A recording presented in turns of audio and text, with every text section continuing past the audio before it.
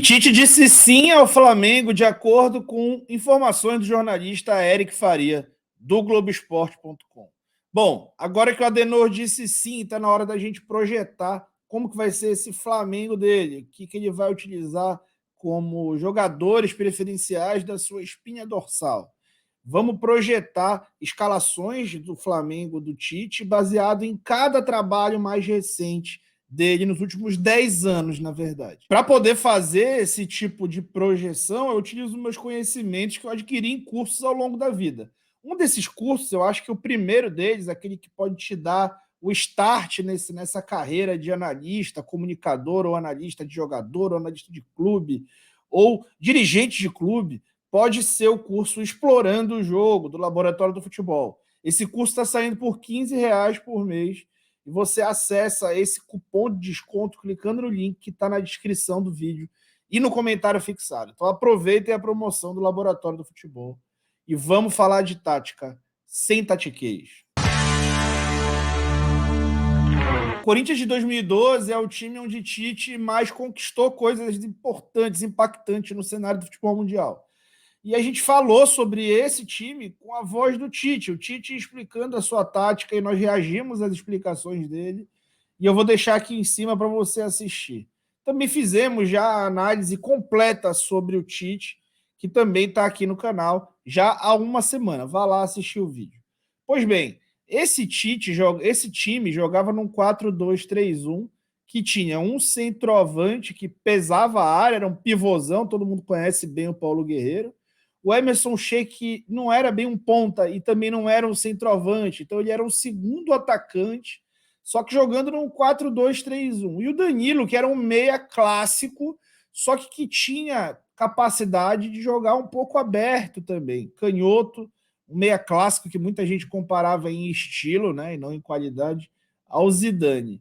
Esse time, com bola, muitas vezes, a depender do adversário, fazia uma espécie de 4-4-2, onde o Sheik entrava na área junto com o Guerreiro e, de um lado, o Jorge Henrique passava a ser quase que um auxiliar de lateral direito, enquanto o outro, o Danilo, era um meia que construía por ali e acompanhava um pouco das jogadas por ali.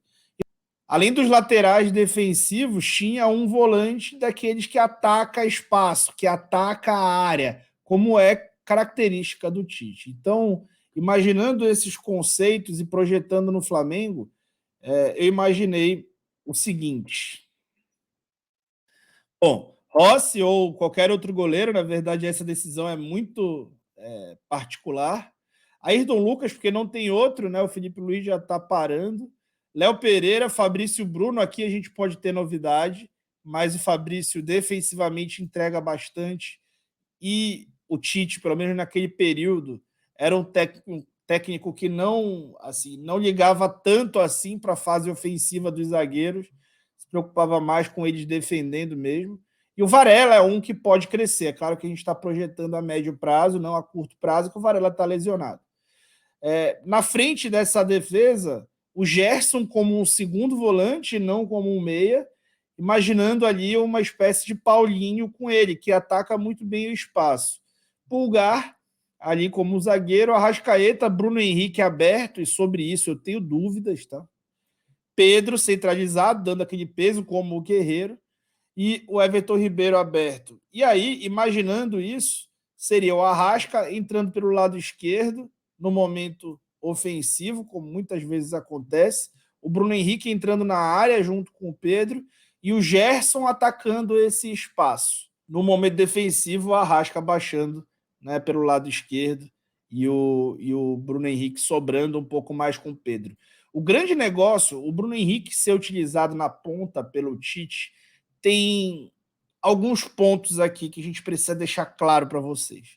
O Tite, ele gosta de pontas que trabalhem num espaço mais reduzido, porque precisam baixar muito para fazer triangulações com o médio, o meio de campo e o lateral, como eu já mostrei no vídeo de análise do Tite. E eles precisam jogar mais dentro desse bloco. O Bruno Henrique é um cara que ele é um atacante, ele está sempre dentro da área, ele faz muitos deslocamentos. E por isso pode representar um espaço entregue nas costas dele. E é uma coisa que nós aqui no canal falamos bastante, especialmente na eliminação contra o Olímpia. O JJ, por exemplo, não utilizava o Bruno Henrique preso ali na linha lateral como um ponta, muito por causa disso. O Bruno Henrique até começa aquele trabalho do JJ como um centroavante. E eu acho que o Tite vai enxergar o Bruno Henrique menos como um ponta do que a gente está imaginando, tá? Em 2015, muita gente diz que esse é o time que mais jogou bola do Tite. Bom, o que ele tinha ali? Ele tinha um 4-1-4-1 barra 4-3-3, né? São táticas idênticas, com a diferença que você espeta pontas ou não. Fato é que existia um meia jogando pelo lado direito, um meia destro jogando por ali, um atacante que atacava melhor o espaço, mas que sabia dar apoio. Mas não era um grande centroavante, um pivôzão. 2 meias fazendo aqui os médios e um volante mais de proteção. Aqui do lado direito, o Fagner, que é um lateral de ultrapassagem, e o Arana, que é um lateral mais técnico. Ofensivamente, esse meio de campo praticamente virava um losango. O Rodriguinho deixava de ser esse médio para ser esse meia, engante, digamos assim. O Renato Augusto fazia mais um meia pela esquerda, porque do lado esquerdo o Malcom, de forma assimétrica, fazia ali um ponta segundo atacante. Do lado direito, esse cara não existia.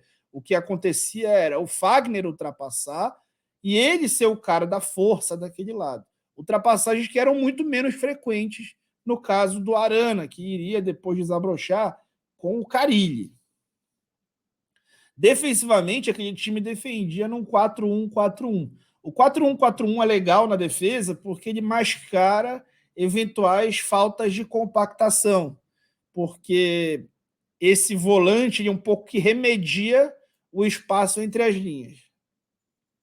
Quando a gente imagina o Flamengo nesse conceito, a gente pode ir para uma ideia de ter vários meias em campo ao mesmo tempo e de esse ponta esquerdo não ser, digamos assim, um cara que se desloque tanto, como eu falei anteriormente, do Bruno Henrique. Da mesma forma como o atacante, aquele Wagner Love, não seria um Pedro. Seria também não um Gabigol, porque é um cara capaz de entregar apoio, de fazer parte do jogo por dentro e não saindo em um dos lados.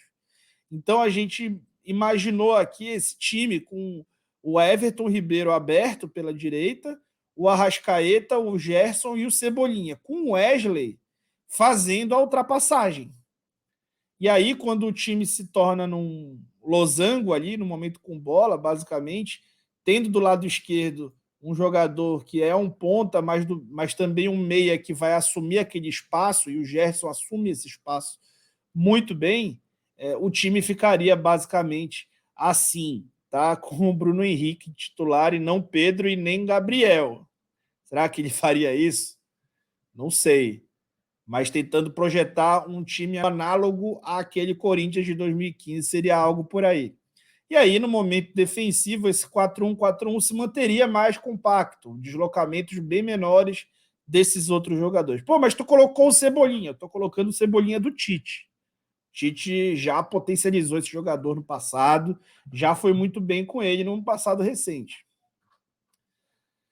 Imaginando a seleção brasileira de 2018, é pensar muito no que foi aquele Corinthians. A diferença é que ele tinha aqui o Paulinho, que é um meia de atacar o espaço, né? Um médio de atacar o espaço. O Renato Augusto, mesmo jogador, na mesma função do Corinthians.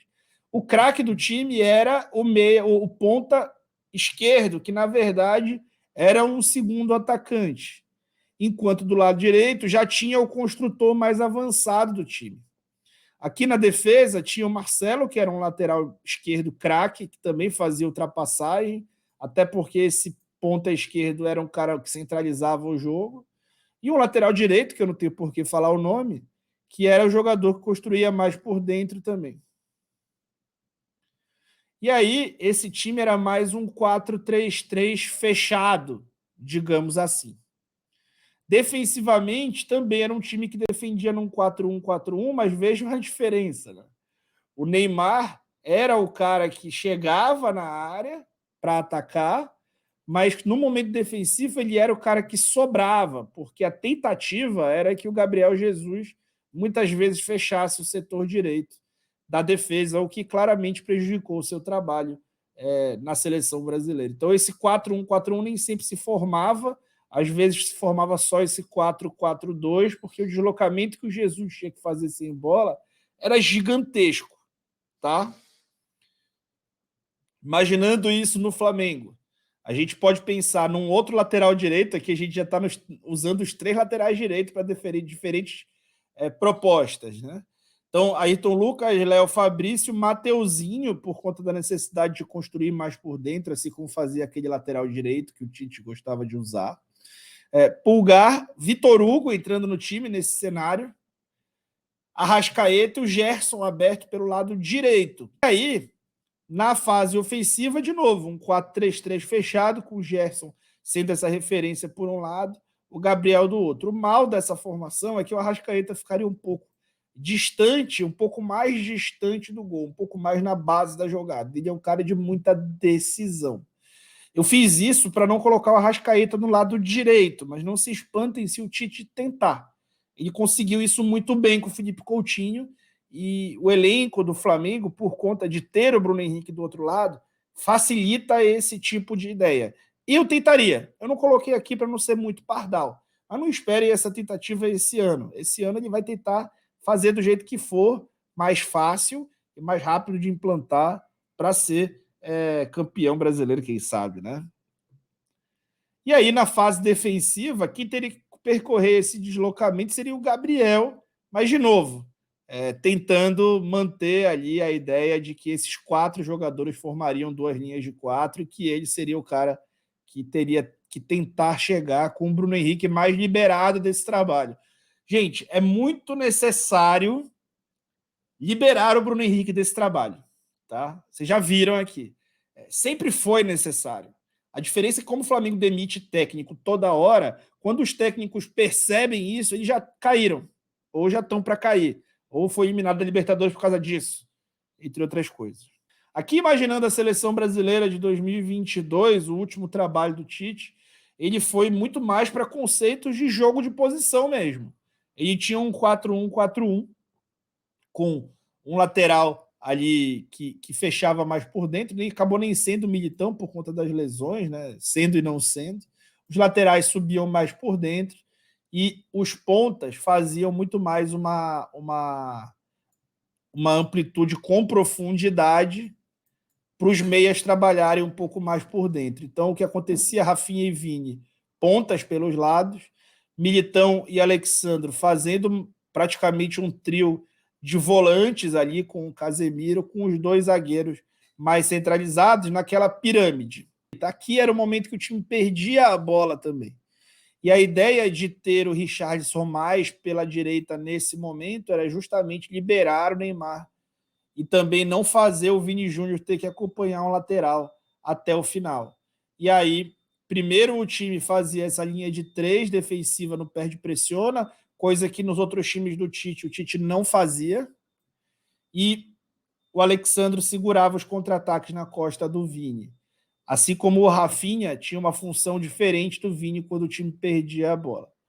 E aí, Neymar e Richarlison eram os liberados ali do trabalho defensivo. Projetando isso no Flamengo, a gente pode imaginar esse 4-1-4-1 agora com Luiz Araújo entrando, um jogo praticamente com 2 pontas, Bruno Henrique de ponta, que é uma coisa que eu tenho ressalvas, como eu já falei para vocês, e aí o Mateuzinho e o Ayrton Lucas trabalhando mais por dentro. O próprio Ayrton já trabalhou bastante por dentro. Não é o melhor Ayrton por dentro, mas passa longe de ser um jogador ruim. E o tal do W, né? Aqui na frente, com o Luiz Araújo e o Bruno Henrique fazendo os pontas, Arrascaeta e Gerson com meias atrás do Gabriel. E aí, ofensivamente, teria de um lado o Ayrton se deslocando mais, até para segurar um pouco as costas do Bruno Henrique, Arrascaeta centralizando por dentro, Gabriel um atacante um pouco mais pelo lado direito, como sempre foi, Luiz Araújo como esse ponta direito. Defensivamente, o Luiz Araújo e o Ayrton Lucas baixando junto com os volantes aqui. Os 3 jogadores mais na base da jogada, tendo o Mateuzinho junto dos zagueiros.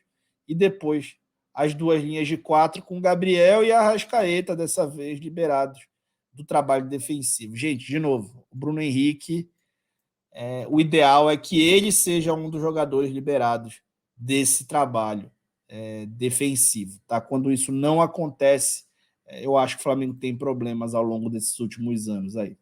Tá bom? Eu esqueci de pedir o like. Se você puder, deixa o teu like, se inscreve no canal, tá? Vamos acompanhar todos os jogos aqui do Flamengo, do Tite. E eu tenho para o clube de membros, que paga R$ 5 por mês, o clube de membros escuta meus comentários táticos durante todos os jogos do Flamengo. Então, se você quiser se tornar membro, clica aí na descrição do vídeo ou no botão Seja Membro e faça parte dessa família. Também tem um chat comigo no WhatsApp e também tem a transmissão tática de todos os jogos via WhatsApp. O pessoal tem um nível muito legal, a gente troca ideia e é muito interessante essa troca diária que a gente tem. Também aproveitem a promoção do curso Explorando o Jogo, que está saindo por R$ 15 por mês. Beleza? Fui!